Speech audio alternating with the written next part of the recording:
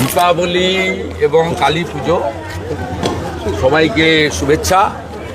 মা দুর্গাকেও বলেছিলাম, মা তোমার ত্রিশূলটা এই বাংলায় প্রচুর ধর্ষক বেড়ে গেছে, কোনো বোন কন্যা সুরক্ষিত নয়। এই ধর্ষকদের শেষ করার জন্য মা কালীর খড়গটাও লাগবে। ওই প্রার্থনা করছি অভয়া থেকে দুর্গাপুর মেডিকেল কলেজ, আমাদের কোনো মেয়ে কোনো বোন এই বাংলায় সুরক্ষিত নয়। মা দুর্গার ত্রিশূল আর মার কালীর খড়গটা লাগবে এই ধর্ষকদেরকে শেষ করার জন্য। এই প্রার্থনাই মায়ের কাছে করছি। রাজ্যবাসীকে একটাই বার্তা দেব যে এবারের দীপাবলি সুখ সমৃদ্ধি ভরিয়ে দিক, কালী মাতা আমাদের শক্তি দিক, আমরা যাতে নারী সুরক্ষা দিতে পারি, কন্যা সুরক্ষা দিতে পারি। মুখ্যমন্ত্রীর মতো ওইভাবে ভাষা বলা উচিত।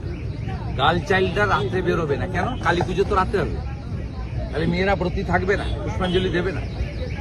মেয়েদের সুরক্ষা মেয়েরাই নিয়ে নিবে, তাহলে আমরা আছি কি করতে? সরকার আছে কি করতে? অতএব এগুলো বর্জন করুন। ভারতকে আমরা মাতা বলি, কন্যা আমাদের রত্ন, তাদের সুরক্ষিত রাখার দায়িত্ব আমাদের। এই যে এই তো আফগানিস্তানেও বলছে কিনা সন্দেহ আছে, আফগানিস্তানে যারা শাসক আছে তারাও বলছে কিনা সন্দেহ আছে। এটা বলা উচিত হয়, উনি কোনো দলের নেত্রী নন, রাজ্যের প্রশাসনিক কর্তৃক, পুলিশ মন্ত্রী। উনি আমাদেরকে, আমাদের বোনেদের মেয়েদেরকে প্রোটেকশন দেওয়ার দায়িত্ব ওনার। ওনার মুখ থেকে এই ধরনের কথা আসা মানে এটা অত্যন্ত বিপজ্জনক, এবং আমাদেরকে মানুষজনকে ভাবতে হবে যে এই ধরনের পুলিশ মন্ত্রী মুখ্যমন্ত্রীকে রাজ্যে রাখবেন কিনা।